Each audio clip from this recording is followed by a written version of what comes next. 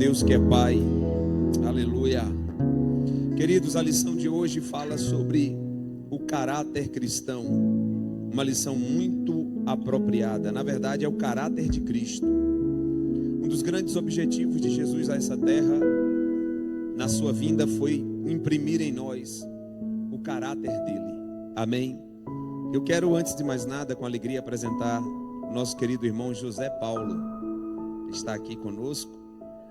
José Paulo foi alcançado pelo poder das redes sociais e posteriormente uma obra de Deus começou a ser feita e de maneira assim maravilhosa, cristocidência, não coincidência, ele estava num grupo com Marcos e aí conseguiu encontrar o telefone de Marcos, que Marcos anunciou uma vigília num grupo de venda de Amadora.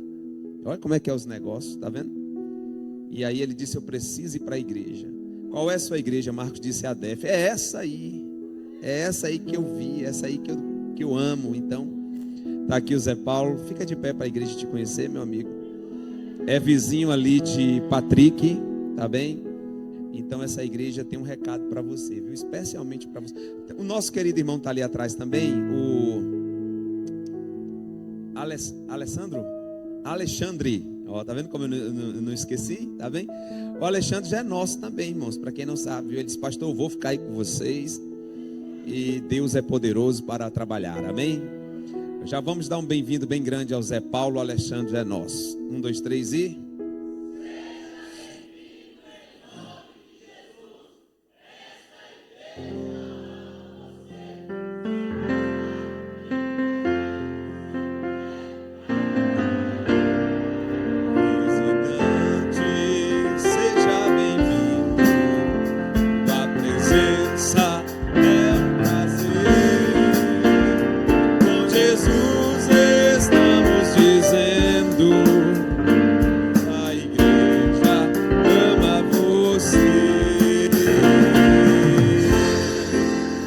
Deus abençoe, sinta-se acolhido.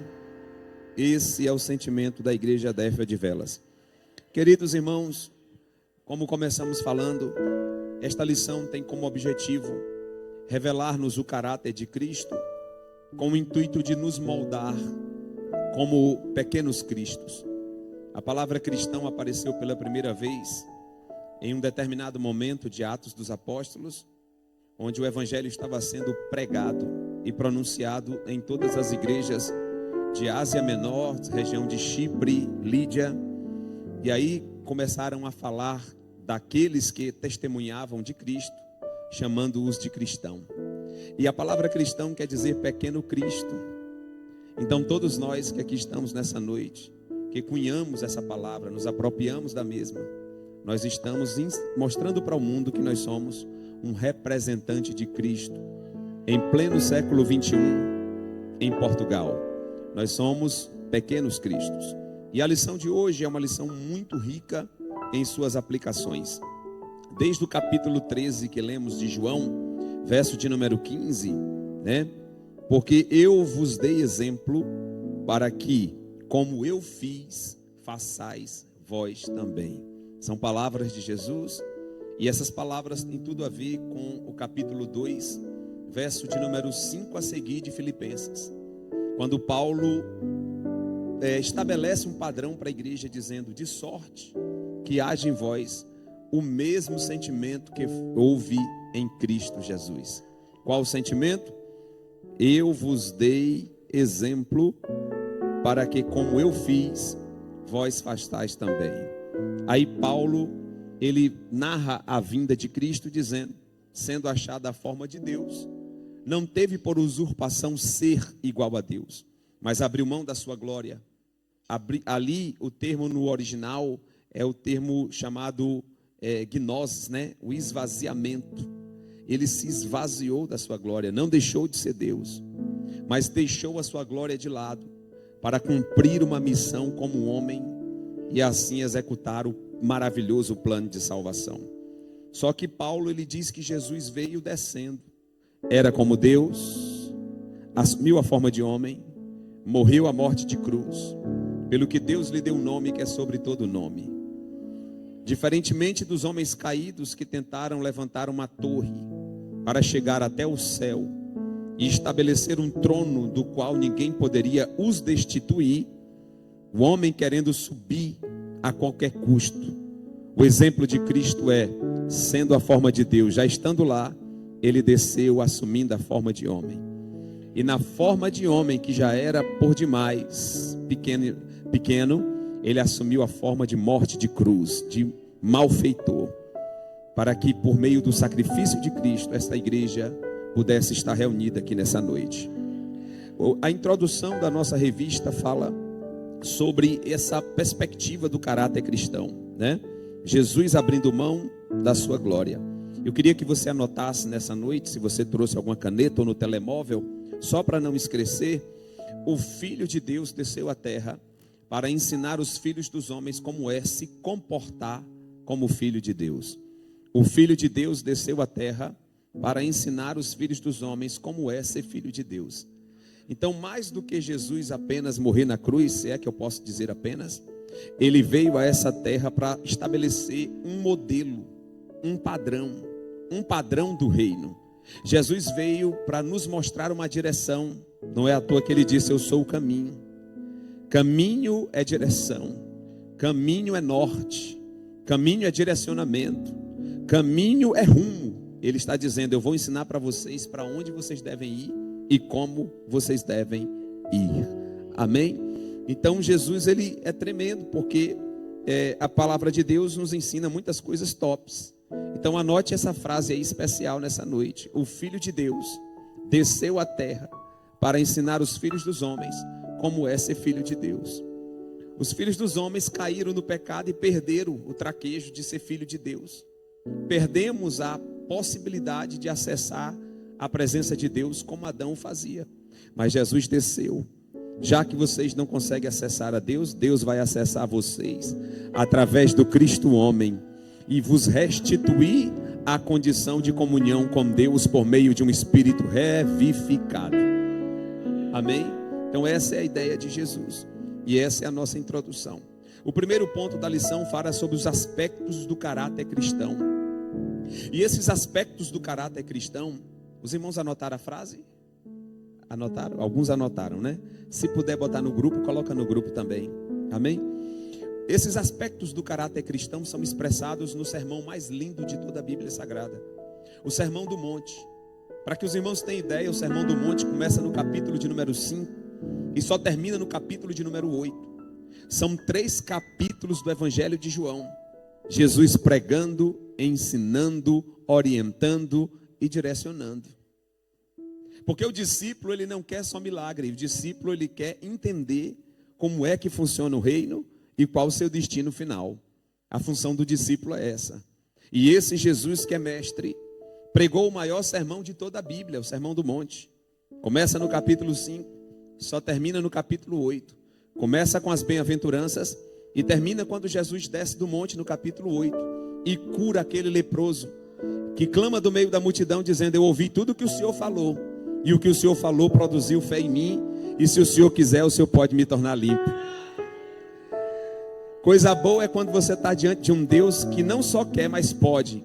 Enquanto outros estão diante de deuses que não podem e nem querem porque não tem sentimento, nós temos um Deus que quer e pode. O seu Deus quer e Ele pode trabalhar na sua vida, operar na sua vida, curar a sua vida, transformar a sua vida, abençoar a sua vida de maneira especial. Jesus disse: eu quero, o homem ficou limpo imediatamente.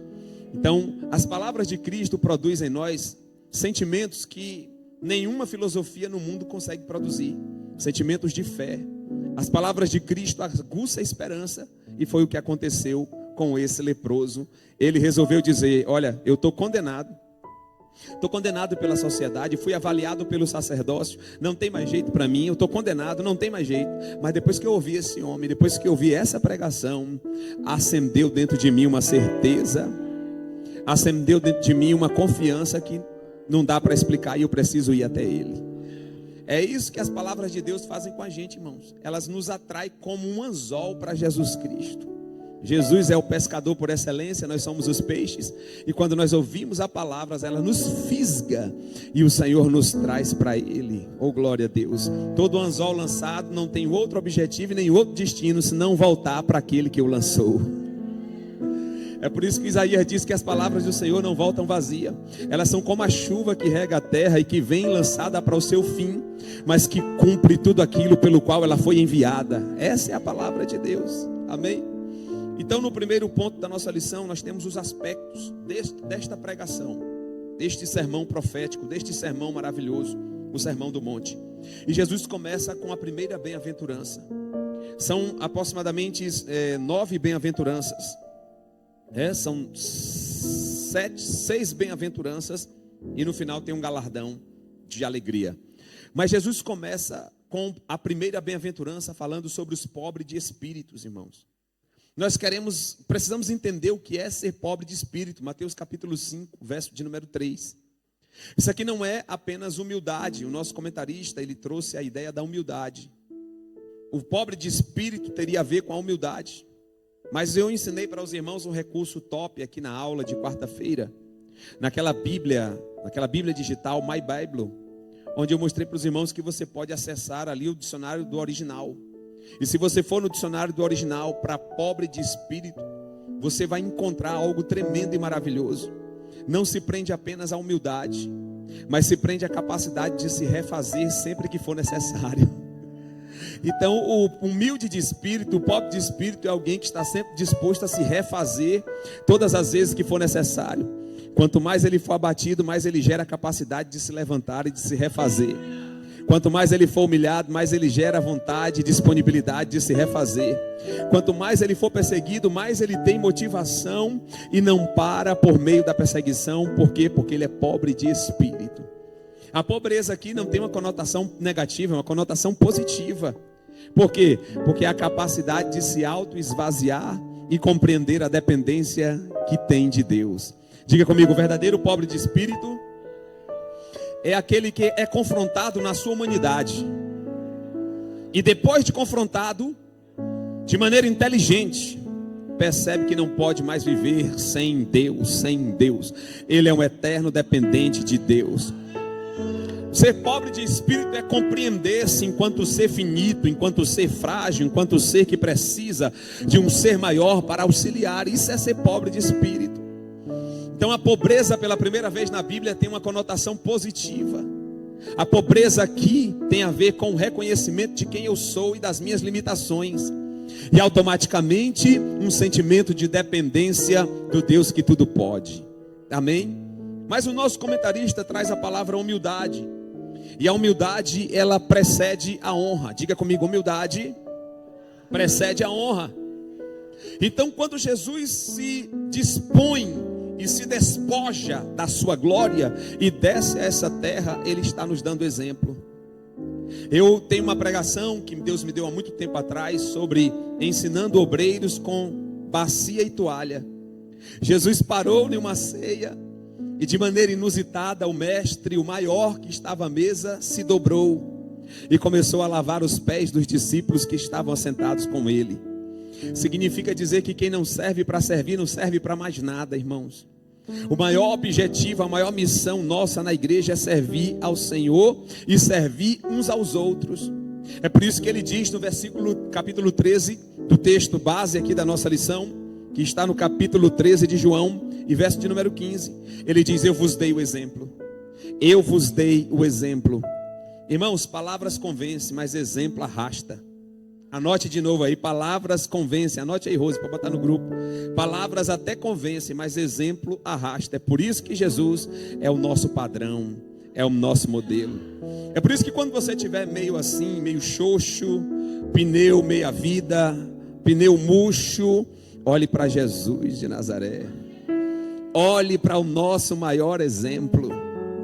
E se tiver faltando alguma esperança, imprima João 14:1. Não se turbe o vosso coração. Crede em Deus.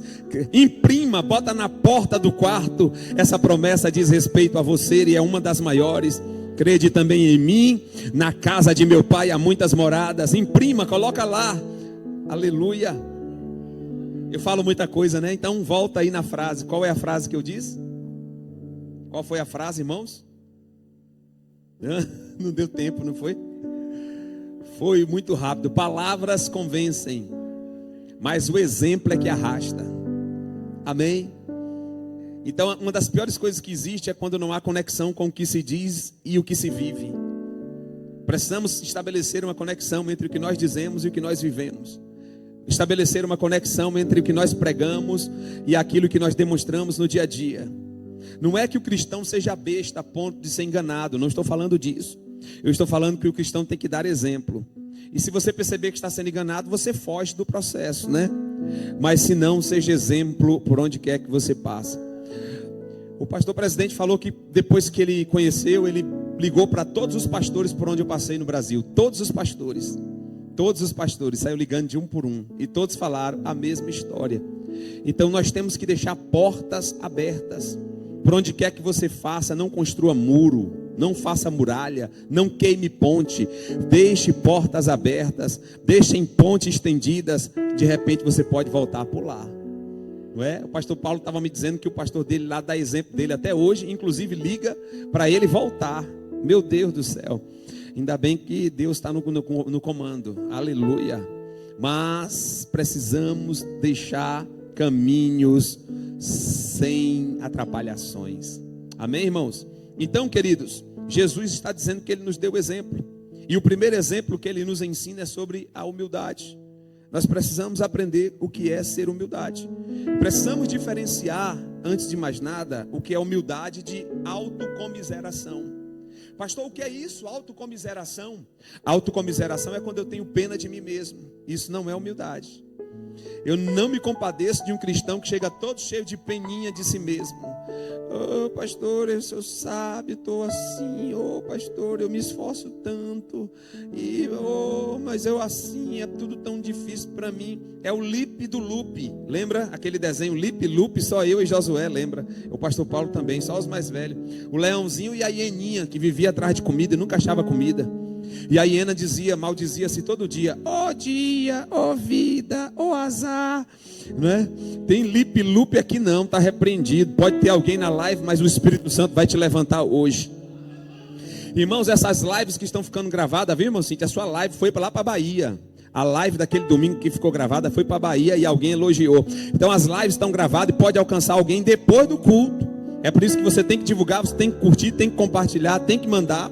Por quê? Porque você está fazendo a obra de Deus, amém?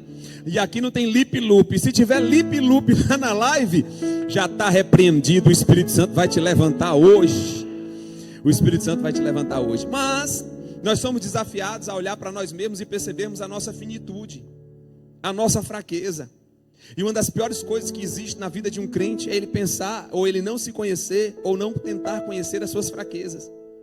Tem gente que é mestre nas fraquezas dos outros, sabe tudo sobre a fraqueza dos outros, faz relatório da fraqueza dos outros, e é um problema muito sério. Por quê? Porque Jesus nos ensinou a olhar a nós mesmos.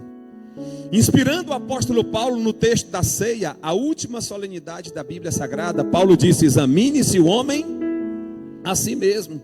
O maior risco da minha vida é o dia que eu parar de me examinar e começar a examinar os outros. Ei, você não é médico, só existe um médico na igreja, o médico dos médicos, aquele que examina e não erra no diagnóstico. Mas se eu ficar examinando, eu vou errar no diagnóstico, irmão. Muito cuidado em nome de Jesus, só existe um médico dos médicos. Então a humildade é a capacidade de se perceber, de perceber o quão frágil nós somos, quão finito nós somos. E portanto, o quão dependentes de Deus nós somos. E dependentes uns dos outros. Nós colocamos aqui na terça-feira a foto daqueles dois jovens, né? Um amarrado nas costas do outro, vocês lembram? Quem lembra do nome deles? O Mohamed e o Said, né? O pequenininho com as pernas atrofiadas e o outro que era cego. Fizeram uma parceria que deu sucesso, deu certo. Por quê? Porque só nenhum conseguia fazer nada.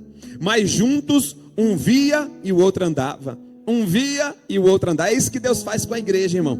Deus pega um com habilidade, pega outro com outra habilidade, junta essas pessoas e o reino dá certo, o reino progride, a gente avança, a gente cresce, a gente melhora enquanto pessoa. Tem um detalhe muito sério, viu?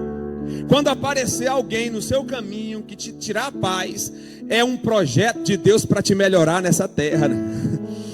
Esse negócio de igreja é um negócio tão dinâmico que às vezes Deus coloca alguém na igreja para pisar no nosso calo. Isso não acontece em Odivelas, nós somos uma igreja pequena e o povo é muito ocupado. Mas nas igrejas grandes no Brasil acontece muito isso. De alguém se levantar do nada, pisar no calo do outro. E é um grande desafio para o crescimento. É uma oportunidade ao crescimento. Por quê? Porque se você conseguir contornar a situação, se você conseguir lidar com você mesmo, se você conseguir controlar as suas emoções e ainda assim tentar amar o outro, você acabou de ir para o outro nível.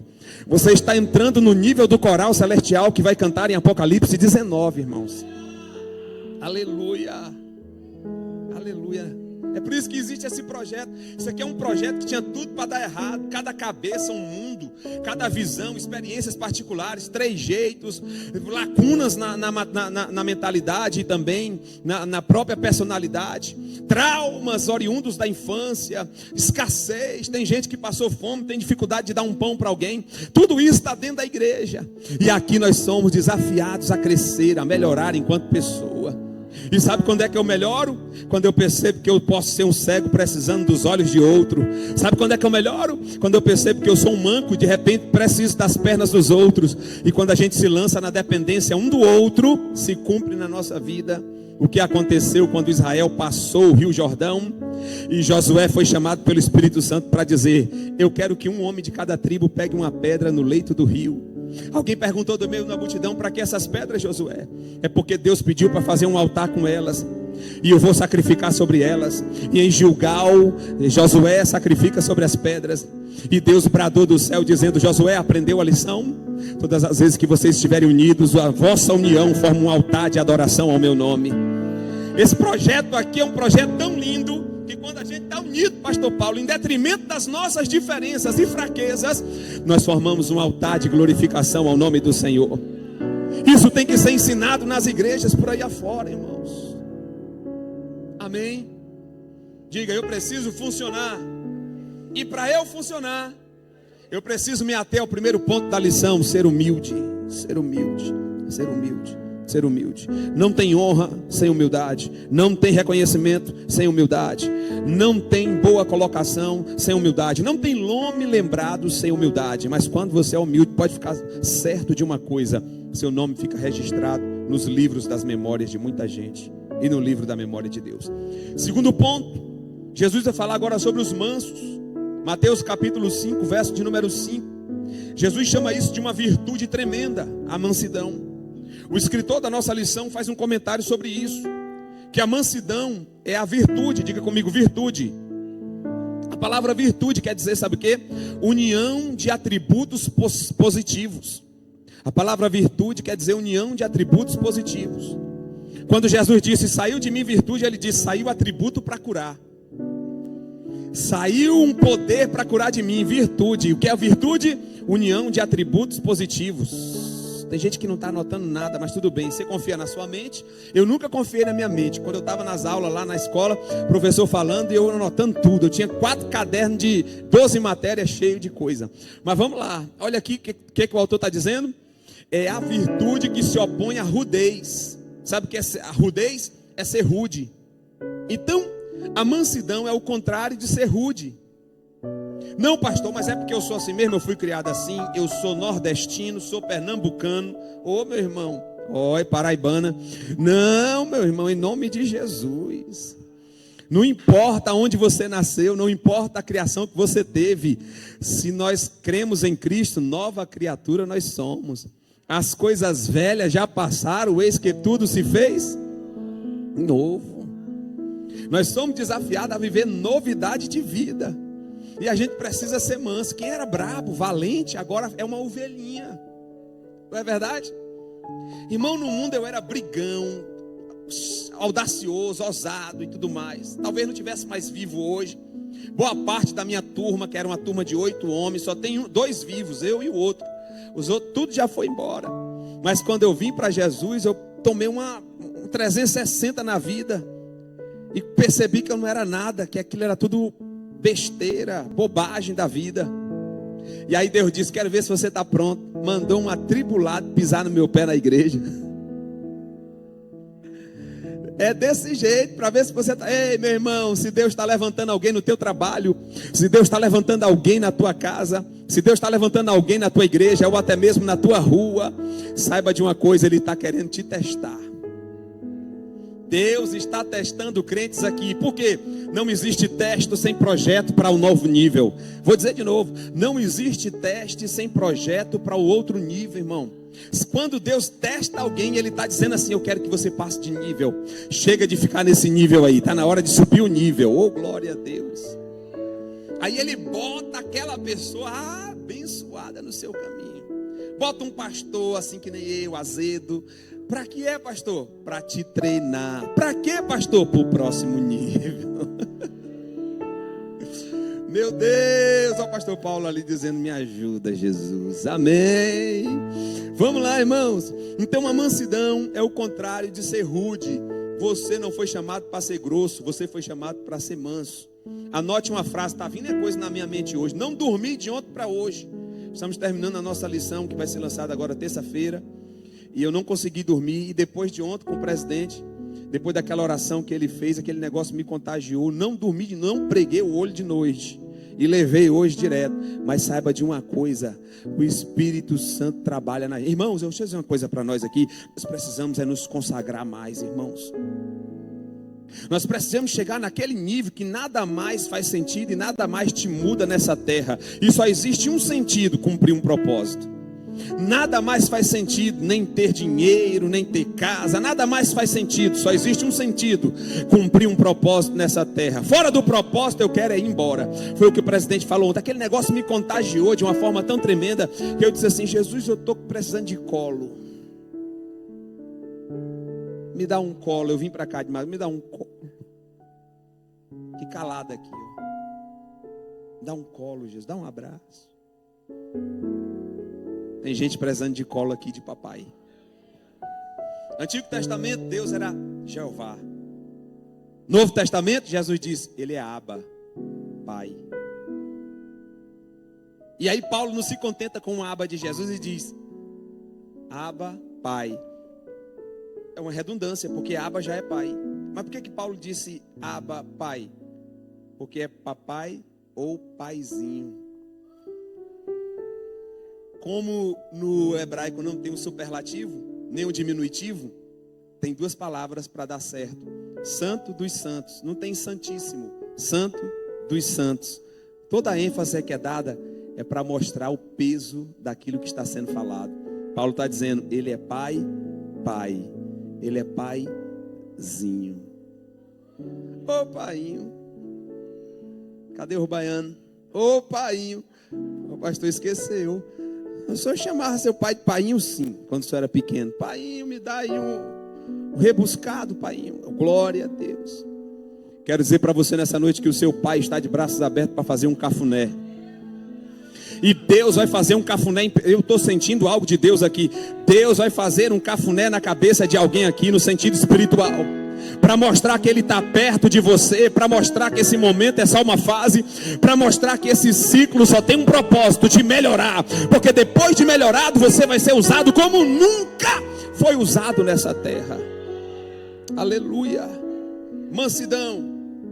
Mansidão. Amém. Vou passar, porque senão é muita coisa. Mas eu pedi para você anotar alguma coisa sobre mansidão, não pediu? A cabeça está falhando um pouco. Não pedi não foi? Mansidão? Não, então vamos seguir à frente. Ponto de número 3. Jesus fala também: bem-aventurados são os que têm fome e sede de poder. Reconhecimento? Não, justiça. Irmãos, nós precisamos entender que a justiça faz parte do projeto de Deus e de quem Deus é. Sabe por que a palavra está sendo pregada no mundo inteiro? Para que se cumpra a justiça de Deus, para que ninguém se tenha como indesculpável naquele grande dia. E a Bíblia diz que o peso é maior para aquele que conhece. Para nós aqui o peso será maior, porque a justiça de Deus, ela anda atrelada ao amor. Ao mesmo tempo que ele é amor, ele também é justiça. Ao mesmo tempo que ele é amor, ele é fogo consumidor, como justiça executada para quem não se converte ou para quem viveu uma vida mais ou menos na fé. Então a justiça é uma coisa que nós temos que querer ter, fome e sede de justiça. Jesus ordenou aos seus discípulos que priorizassem acima de todas as coisas o reino de Deus. E o que mais? E a sua justiça. Primeira característica da justiça do reino de Deus. Anota, irmã Rose. Primeira característica da justiça do reino de Deus. Todos são iguais. Nesse reino, todos são iguais. Esse negócio de igreja é um negócio tão top, que eu, no Brasil, conheci uma congregação das nossas, que o dirigente da congregação era servente de pedreiro. E na congregação desse dirigente, servente de pedreiro, tinha advogado, tinha engenheiro. Então o servente de pedreiro, na congregação, estava liderando o engenheiro. Na obra, o engenheiro liderava o servente de pedreiro. Na igreja, o servente de pedreiro liderando o engenheiro. Por quê? Porque não tem maior, todo mundo é igual. A diferença é um tipo de chamada que Deus estabelece, o resto não. Somos todos iguais. Isso é um padrão do reino, justiça. O maior erro do ser humano é pensar que é diferente do outro. O maior erro do ser humano é pensar que pode ser melhor do que o outro. Ninguém é melhor do que ninguém, irmãos. Somos todos iguais. Existem alguns com mais habilidades, alguns com mais esforços, com mais predisposições a algumas coisas, mas a verdade é que todos nós desfrutamos das mesmas condições e também das mesmas limitações. Amém? Então nós temos que ter fome e sede de justiça. Seja justo. Se for preciso perder, perde, deixa para lá. Amém? Quem está entendendo? Amém. Quarto ponto, misericórdia. Já são 8 horas. Jesus vai dizer também no capítulo 5, verso 7.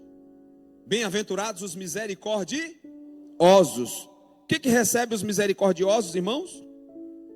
No verso. Quem lembra? O que ganha os misericordiosos? Bem-aventurados os misericordiosos, porque o quê? Alcançarão o quê? Então ser misericordioso, pega a senha. Ser misericordioso é plantar um tipo de semente que colhe misericórdia. Irmãos, é um negócio terrível quando alguém não é misericordioso. Eu conheci pessoas que elas eram muito ruins com os outros, não eram misericordiosas. E aí, durante muito tempo, essa pessoa prevalece, se dá bem em cima dos outros. Mas chega um momento que a curva faz, que a situação faz uma curva. E da forma como você tratou, você colhe. Por isso que Jesus disse, atenção, feliz é quem é misericordioso, quem libera misericórdia. Por quê, pastor? Porque vai colher misericórdia. Agora, quem libera perseguição, quem libera indiferença, quem vive tratando os outros com indiferença, colhe o quê? Vai colher o quê? Não é? Possa ser que a posição te blinde durante um tempo, mas vai chegar um tempo que a posição não vai segurar mais. Quem está entendendo isso aqui, irmãos? Eu estou falando, pensando numa situação no Brasil, que eu percebi e presenciei. Chegou um momento que o cargo não mais segurou aquela pessoa. Uma pessoa sem misericórdia de ninguém. Uma pessoa na risca da lei. Uma pessoa cheia de prerrogativas. E levava as pessoas a ferro e a fogo, como diz o ditado. Mas quando chegou um momento em que a blindagem caiu. E aí, irmão, sabe qual foi a colheita? Misericórdia? Não. Porque quem planta vento, já diz o ditado. Mas quem planta misericórdia, seja misericordioso. Se coloque no lugar do outro. É fraco, mas eu também sou. Está numa situação frágil, financeiramente, vulnerável, mas eu já tive ou posso entrar um dia. Deus é que sabe. Mas quem planta misericórdia, colhe misericórdia.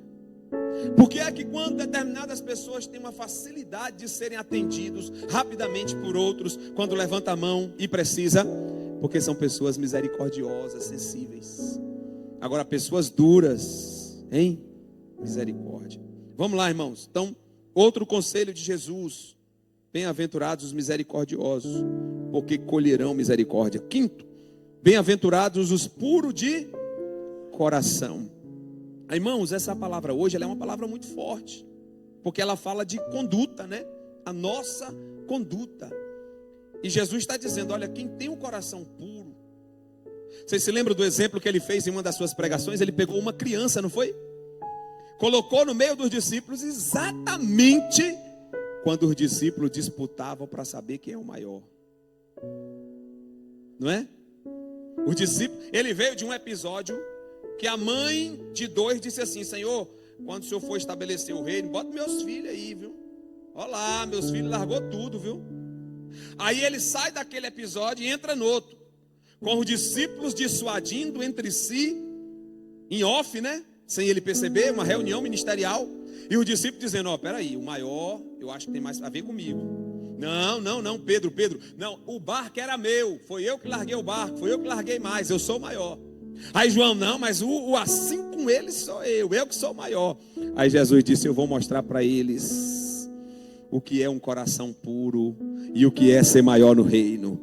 Pegou uma criança e botou no meio, oh glória a Deus, e disse: quem não for como uma criança não pode entrar no reino de Deus. Irmãos, nós estamos vivendo um período de crentes desconfiados, crentes cheios de vacinas contra os outros. Não, é porque eu já sofri isso, porque eu já sofri aquilo outro. Irmão, não importa o que você já sofreu, mantenha puro o seu coração. Não deixe que traumas e decepções roube de você a pureza de amar livremente, ou de dar crédito a outro em outro momento de novo. Não deixe isso acontecer com a sua vida, porque você entra em pobreza espiritual.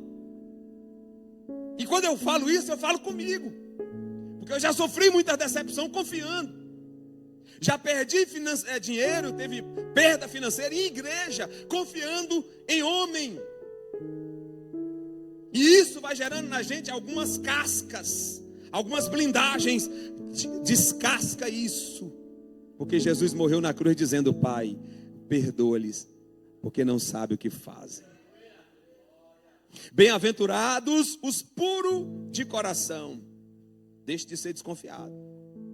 Deixe de desconfiar de tudo e de todos. Isso não funciona na igreja. Mas o Jorge, não sei não, viu? Esse tênis branco dele, eu acho que esse rapaz está contra mim, porque todo mundo está de sapato preto e ele de tênis branco. Entendeu? Deixe de ser desconfiado. Tem gente que é um desconfiômetro terrível, desconfia de todo mundo, desconfia de tudo. Uma coisa são evidências, outra coisa são interpretações e impressões. Eu vou dizer uma coisa para vocês aqui. No mundo empresarial, a primeira impressão pode ser a que fique. Na igreja, isso é coisa do diabo. Está repreendido em nome de Jesus. Esse negócio de primeira impressão na igreja está repreendido. Vai conhecer o irmão, vai amar o irmão, se for preciso, cuide do irmão. Aqui não tem negócio de primeira impressão, é a que fica não. Amém? Vamos passar à frente para terminar aqui essa primeira etapa. Bem-aventurados os pacificadores. O que os pacificadores ganham, irmãos? Porque eles serão chamados de quê? Filho de Deus. Significa dizer que quem é violento, brigão, confusento é chamado de filho do diabo. O pacificador é chamado de quê? Filho de Deus. Leve paz. Não bote mais fogo no negócio não. Provérbios que nós estamos lendo, e aí eu quero puxar a orelhinha de alguns aqui. Pelo amor de Deus, entra no clima, vai na vibe. Viu o presidente falando ontem? Tem gente que é só vendo, só ver não quer dizer nada. Laodiceia é morna, está em cima do muro. Em cima do muro Deus vomita. Se decida, vem pro lado de cá, vem pro lado do time vencedor. Pastor, o que é isso? Estava tão bom. Mas olha só, estou dizendo tudo isso para você ler também comigo o livro de Provérbios, interagir lá, leitura concluída, viu? Amém? Então, Provérbios 15 que nós lemos, o que é que diz Provérbios 15? Verso 1: a palavra dura suscita a ira, mas a branda desvia o furor. Eu já entrei em briga de família que o pau estava comendo.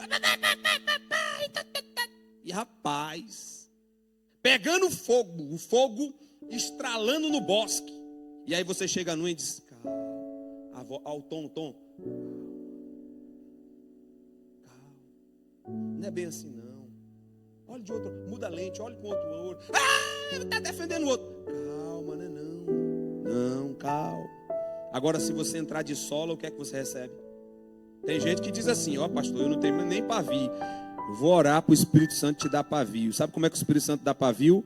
Deserto. O Espírito Santo dá pavio para crente, dando um desertinho para ele, que aí ele fica logo, né? Fica diferente. Então, bem-aventurados o quê? Os pacificadores. Seja pacificador. Você está vendo? Um dia se me disse com alguém, chega lá e diz: calma, olhe, cuidado. Entendeu? Cuidado. Eu me lembro quando eu cheguei aqui, alguém chegou e disse assim: ih, rapaz, mais um, isso aí deve ser igual, não sei o que, não sei o que. Calma. Aí juntou mais uns 3 para conversar. Calma. A primeira impressão é coisa do diabo. Vamos conviver, vamos nos compreender, vamos nos amar, vamos tentar nos entender. Amém? Olha aí para a Rose, olhe para o irmão que está do lado, olhe para a irmã Sandra aí, a irmã Gleide, olhe para a irmã Sandra e diga assim: ó, me entenda, me estude, ou gaste um tempo me estudando. Vai que você é o meu Sami, que vê o que eu não estou vendo.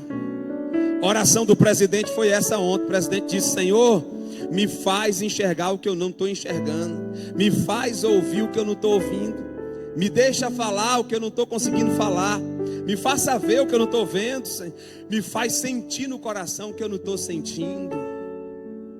É a oração, não é? Cuidado, Elias. Elias estava acostumado com labareda de fogo. Aí Deus entrou na caverna lá com ele, num ventinho suave. Aí fala com ele no ventinho. Amém. Então, irmãos, bem-aventurados os pacificadores. Promova a paz. O segundo ponto para terminar, tenho 5 minutos para terminar. E aí, o autor faz uma conexão, nada mais, nada menos do que com Gálatas, capítulo de número 5, verso de número 22. Gálatas 5, 22. E o apóstolo Paulo chega a dizer o seguinte: mas o fruto do Espírito é o quê? Primeiro, amor. Segundo, gozo, ou seja, alegria. Terceiro, paz. Quarto, longanimidade. Quinto, benignidade ou bondade, né? Sexto, fidelidade. Sétimo, mansidão. Oitavo, temperança. Deixa eu dizer uma coisa para os irmãos: só dá para viver esse fruto aqui. Se você se isolar, isso nunca vai ser uma realidade na sua vida. Mas se você se lançar às relações, você estará sendo desafiado a viver o fruto do Espírito. Eu só consigo viver o fruto do Espírito em ambientes congregacionais, no meio de familiares, no meio da igreja. É aqui que eu sou desafiado. Não dá para amar as onças na floresta amazônica, isolado. Só dá para viver amor aqui, porque aqui você é treinado a amar alguém. Amém? Ontem eu ouvi uma frase que diz assim: a nobreza do homem se mede quando este homem faz algo por alguém que não tem nada a oferecer a ele. Quem entendeu isso aí, irmão? A nobreza do homem se mede quando este homem faz algo por alguém que não tem nada a oferecer em troca. A nobreza de um homem. Pegou aí, profeta? Diga comigo: a partir de hoje, Senhor, eu vou ser mais amoroso, Pai. A palavra amor quer dizer, é um sentimento que você dá, que você compartilha. E não cabe amor na Bíblia dizer assim, ó, tu me ama, que eu te amo. Não. O amor, ele sempre é extrovertido. O amor, ele nunca é introvertido. O amor, ele é extrovertido. Primeiro você ama para ser amado. E o exemplo é Jesus. Primeiro ele nos amou primeiro. E nós seguimos o mesmo padrão. O caminho, qual é o caminho? Primeiro eu amo, para depois eu ser amado. É por isso que não dá para ser desconfiado na igreja. Porque o desconfiado, ele tem dificuldade. Se ele sentir que ele não está sendo bem acolhido, ele não vai liberar amor. E, portanto, ele não vai transcender, ele não vai ser melhor, ele não vai crescer. Mas quando eu venho desarmado e digo assim, eu tenho que amar. Eu tenho que amar, eu tenho que amar. Eu tenho que amar o Marcos. É um rapaz, me dá um trabalho doido, mas estou brincando, eu só falo com quem eu sei que não é nada disso. Mas eu tenho que amar. Por quê? Porque o amor, ele é extrovertido, é de mim para lá, não é de lá para cá. A mesma coisa funciona no relacionamento. Tem gente que fica esperando receber. Ei, Deus te criou para ser doador, você é doador. Você é doador. Você é doador universal. Como é o nome do sangue doador universal? O positivo, né? Então nós vamos botar assim, ó, eu como crente sou O positivo, sou doador universal. Doador de quê, pastor? Doador de amor. Doador de amor. E tem um detalhe, viu? Eu aprendi uma coisa com a mulher samaritana, que quanto mais água se tira de uma fonte renovada pela conexão com o céu, mais água a fonte dá. Vou repetir de novo. Quanto mais água se tira de uma fonte que está em conexão com o céu, mais água essa fonte dá. Se você está com a fonte meia boca, rasinha ou salobra, dê água. Porque quanto mais você dá amor, mais amor Deus te dá. Quanto mais você dá amor, mais amor Deus te dá. Tem gente, irmão, que ama mais o gato do que os outros.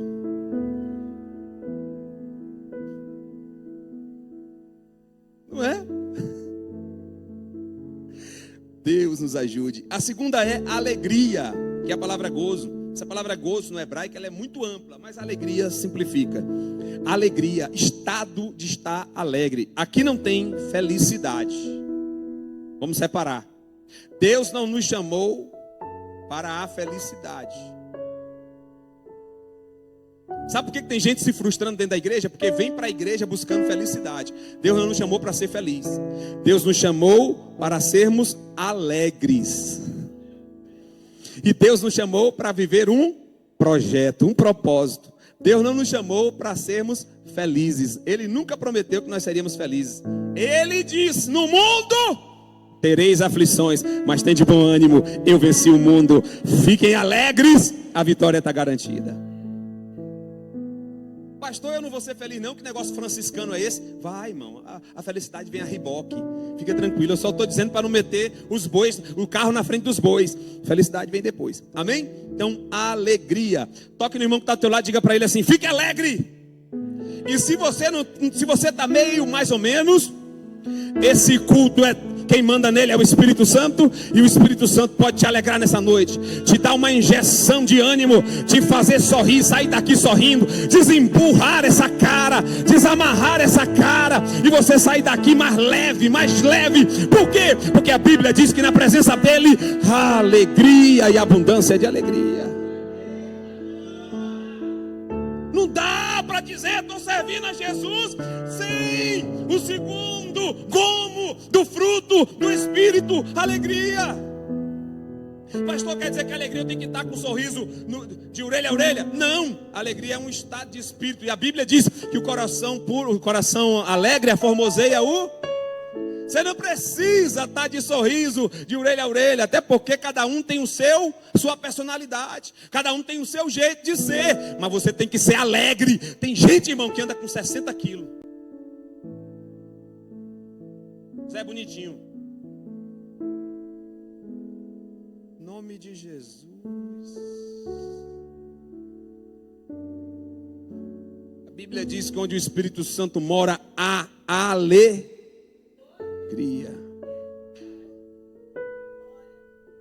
A palavra é como uma semente, ela faz assim, ó. Aí tem vários tipos de terra, vários tipos de solo. Tem solo que está pedregoso, não se abre. Aí, amém. Ponto 3, paz. Tem que ter paz. Crente com falta de paz é problema puro. A paz ela consiste no estado de graça proporcionado pela comunhão com Deus. Ô irmão, deixa eu dizer uma coisa para você. Esse negócio de pastor está se matando no Brasil, irmãos.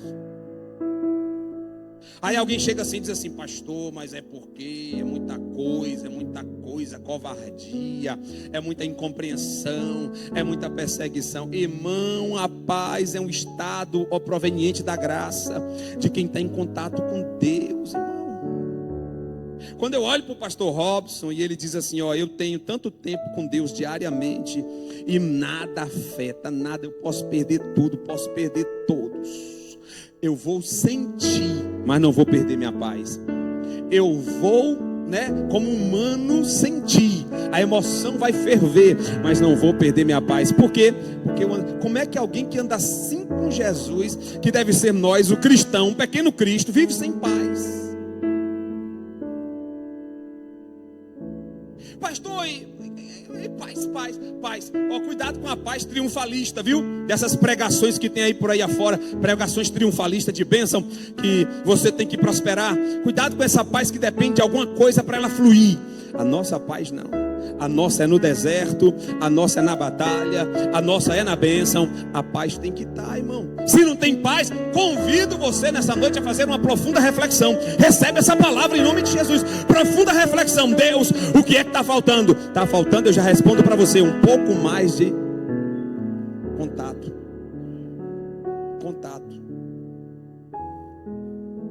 Nós conversávamos ontem, né, pastor Gilson? Já estou terminando. E aí nós conversávamos ontem. E aí o que acontece?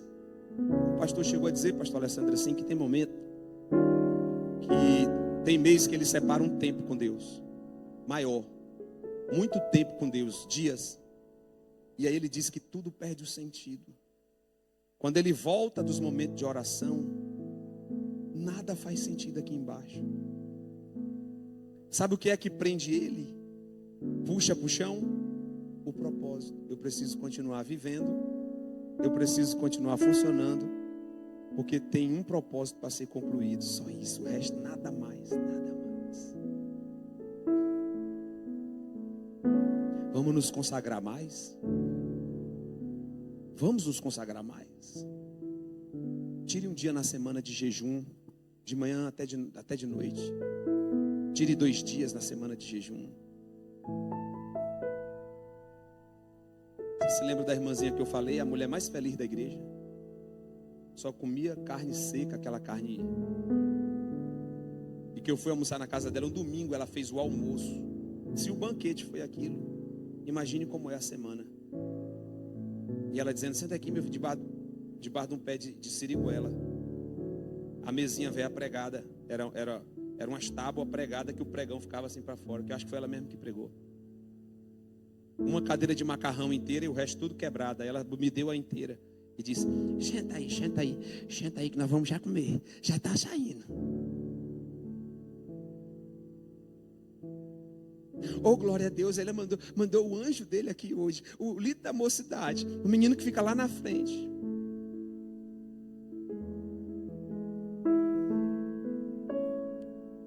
A gente precisa refletir um pouco mais. Onde está o teu coração, aí está o teu tesouro. Sabe por que tem muita frustração? Porque o coração não está no reino, o coração não está no propósito. Eu só quero uma coisa: o que Deus quer.